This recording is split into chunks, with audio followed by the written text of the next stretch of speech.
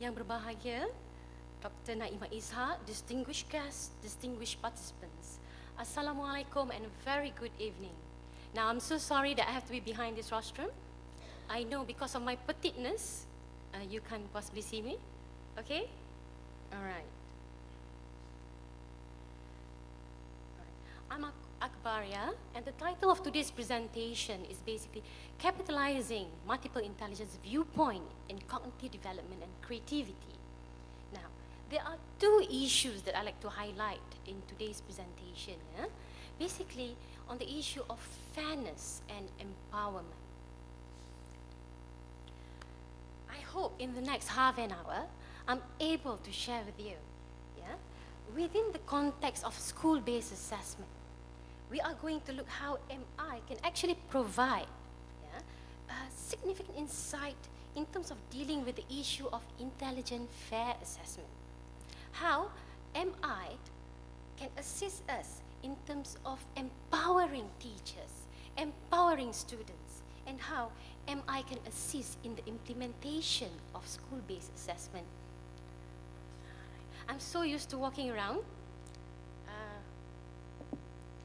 Okay, now, when we talk about fairness, we are talking about intelligent fairness in terms of providing a common platform, providing a space for the very able to the least able, providing and look into the different smartness. We are talking about providing or creating measures that does not only assess one type of intelligence, that is not biased just to verbal intelligence. When we talk about empowerment, we are talking in terms of providing platform for both teachers and students to co-create assessment. All right. Now, how can we actually embrace the perspective of MI in assessing or in assisting us to provide all this, a fairer assessment, to empower both students and teachers, and how we can embrace this to implement school-based assessment. Before I proceed here, we'll just do a quick review on intelligence. I believe just now Dr. Naimah has gone through a very lengthy explanation of what intelligence is all about. From the traditional point of view, perspective, intelligence, basically observe when you either get high score on tests of maths, language, science, you're considered good. You get high marks on IQ tests. Now, if we are able to actually think of a metaphor of computer, if we take that framework, we are saying that our students only have one computer. It's either you have high speed, average speed, or lower speed. But if you were to embrace multiple intelligence framework, you are actually saying that we have different computers. Your computers in special intelligence might be low, but that does not mean that you are not good in other areas. So this is what multiple intelligence is all about. We believe that all of the students, even all of us, have multiple computers. Let us look at how Gartner actually defined intelligence. It's slightly different from what we have thought. Intelligence in the traditional way, and this is how the MI sees intelligence. Intelligence is the biopsychological potential. Biology, bio because it deals with the brain, psychological because it deals with the mind, so they call it biopsychological potential to process information in certain way in order to solve problem or fashion product that are valued in a culture or community. The focus is on the potential, that could be influenced by the environment, by the culture, by the kind of motivation you put to your students, and a computational capacity, the capacity to process a certain kind of information. MI is a process. Now, Gartner introduces multiple intelligence. In 1983, he introduces 7 intelligences. Please don't be confused of MI with learning styles. Yeah, I'm not going to delve into that. Lots of papers has talk about this. Now, these are some of the intelligences. I think most of us are aware of this. There are lots of website, books on these intelligences. We have interpersonal, logical, mathematical, yeah, special, interpersonal, intrapersonal, bodily kinesthetic, musical, linguistic, and then he added a new one, which is naturalist. And then recently, though some people might not want to talk about this, but he added existential intelligence, yeah?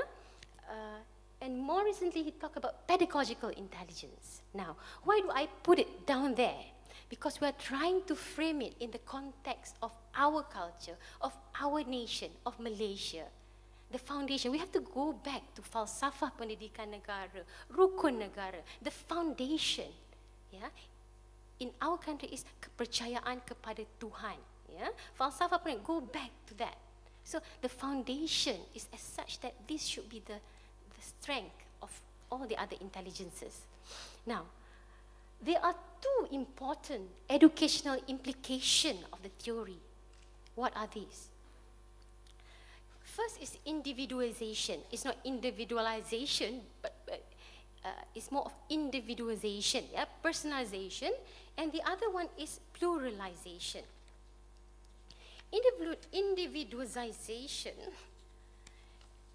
is basically when you learn as much as possible about your students, yeah? So that you can present materials in an intelligent, fair manner. You are able to provide not just teaching in such a way, but also you are able to assess in an intelligent, fair way. This is the beauty of it. This is the beauty of MI because this is PBS. PBS allows multiple assessment. Okay. And the other educational implication is in terms of pluralization. By understanding multiple intelligence, the teachers are able to decide what is important for the students to know and present that content in a different way. Yeah? Saying that, be it ideas or theories or skills, the teachers are able to teach these in different manner. Yeah? And this tally with the students' intelligences. Before I proceed, can you please give me 30 seconds of your time to answer this question? Okay? Why do we assess? And put it here. Why do we assess? This is an assessment conference. You are all experts. You have been doing this for the past 30 years. So why do you assess?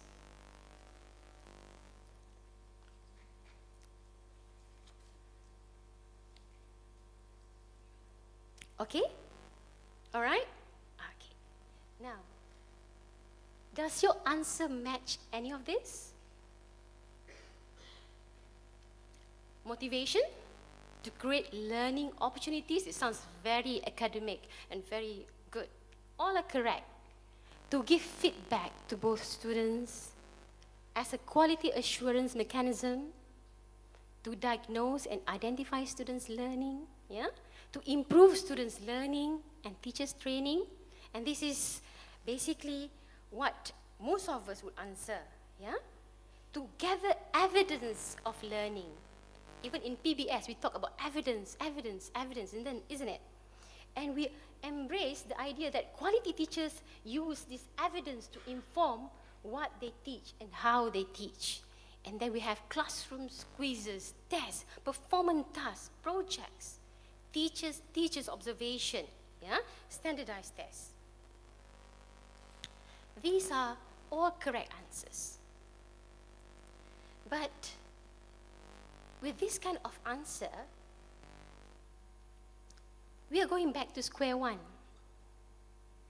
It is much more focused on assessment of learning. We are going back to assessment of learning. When PBS, the foundation, the theory is all about assessment for learning. Okay. Which is the real intention of PBS, yeah? Therefore, it is very, very important for us to be aware of our own belief, of our own perception of how we view things. Why do I want to go back to this? Because this is the foundation, yeah? Theory of reason action. What you believe will affect your attitude towards something, and this will actually be portrayed in your behavior. What you believe, yeah, how you perceive students should learn, your philosophy of teaching will affect how you teach, and definitely will affect how you assess students. All right. Now, my second question. Before my second question. From the MI lenses, yeah, assessment is for learning. Maybe the answer will be something like, the purpose of assessment is to help students to discover how they are smart. A very simple answer. Shift, yeah? Now, what do we assess? What do we assess? Our answer would be whatever that the examination syndicate asks us to assess, isn't it?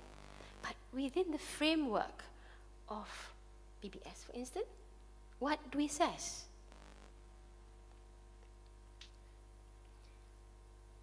The answer can be, if you are able to answer this question, what kind of abilities and roles are valued by the different cultures? What are the kind of abilities that we value in our culture, in our society? Yeah? Now, I will show you some proof, the kind of things that we value. But before we are going to that, I want you to be aware of our own biases, yeah? Now, I'm Westist. I hope I'm not going to pronounce the second one incorrectly. Testis, okay? And bustus, okay? It's normal. We are very biased, yeah? We are very biased. The Occidental are very biased to the Oriental are very biased towards the Occidental. Okay, we always embrace the Western culture, the Western value, yeah, and put it on a pedestal. All right, whatever comes from the Western is good to a great extent. I'm so sorry, but this is us. Yeah, we know that, and we embrace that. Okay, testis. All right, we basically focus upon those human ability approaches that is easily testable, yeah, that is easy for us to measure. And besties, we normally embrace the point of view of the best according to the majority, yeah, the logical, mathematical, analytical point of view. Now, what do we actually value even after the transformation? I was not involved in the NKRA. Now, after thousands and thousands of interviews, these are the answers. What is valued by our country? And these are the things that you should be assessed, isn't it? Okay. National education philosophy. We want to produce individuals who are intellectually, spiritually, emotionally, physically balanced and harmonious, based on firm belief and devotion to God. We want individuals who are balanced, resilient, inquisitive, yeah, caring, and we want a very holistic individual. We want to create this kind of individuals, okay? And interestingly, we also want to be, this is our aspiration after lots of roundtable discussion, this is where we want to be. In 15 years' time, we, Malaysia, want to be one of the 3 countries on top in the international assessment, such as PISA and TIMSS, which is interesting because PISA and TIMSS focuses on science, mathematics, and language. Interesting, but this is what valued by our culture. Embrace it. And our culture embraces a core subject. Core for us. Again, language, science, mathematics. can we frame MI in our context? Yeah, we have to sync, yeah, to synchronize this with our purpose of education, with rukun negara, falsafah pendidikan negara, so that it is meaningful, so that the learning is meaningful, so that it's relevant. Now, my next question is, how about those that are really good to me, but deemed less intelligent by others? That does not, their type of intelligence are not being valued by the stakeholder. How about these people? Yeah? Should we just discard these potentials? All right. How about the 80% of the society, 70 to 80% of those students, yeah? How about those dropouts? This is 2010, yeah? Dropouts. And tertiary enrollment rate, those who did not manage to get into higher education. And most importantly, the waste of talent and human capital. Every year after year, we are labeling and stigmatizing more than 89,000 students. How about these people? When students did not succeed, yeah, we always put the blame on them, not into the curricula, not into the assessment. And this is a very important juncture, this point, yeah, where we start to embrace and employ and start multiple PBS, school-based assessment. The introduction of school-based assessment actually means empowerment. Empowerment to the students to be responsible on their own learning, not just learning, on how they should be assessed. Co-create the assessment together. Yeah? Focusing on performance-based assessment. Okay. Just thinking about it, yeah? It's a paradox. Paradox that in sense that standardized testing is the antithesis of school-based assessment. Yet today, teachers in general still expect some form of standardized assessment template so that we can use in school. It's just like we're coming back to square one. If we want to change, we have to change. We have to be able to be ready together to change the whole system in terms of assessment. Now, a myth is that when you want to infuse multiple intelligences in your teaching or assessment, you have to be the super intelligent guru. No, you don't. All you need to do is just to be aware, to understand, to embrace, to just willing, put some time to learn about these intelligences, yeah? So that you are able to correctly identify students' strength and smartness, just for you to help them to identify what are their strengths. Yeah? Now, basically, multiple intelligence jives in very well with school-based assessment. Let's look at some guiding principles, yeah, in terms of designing the assessment according to MI theory.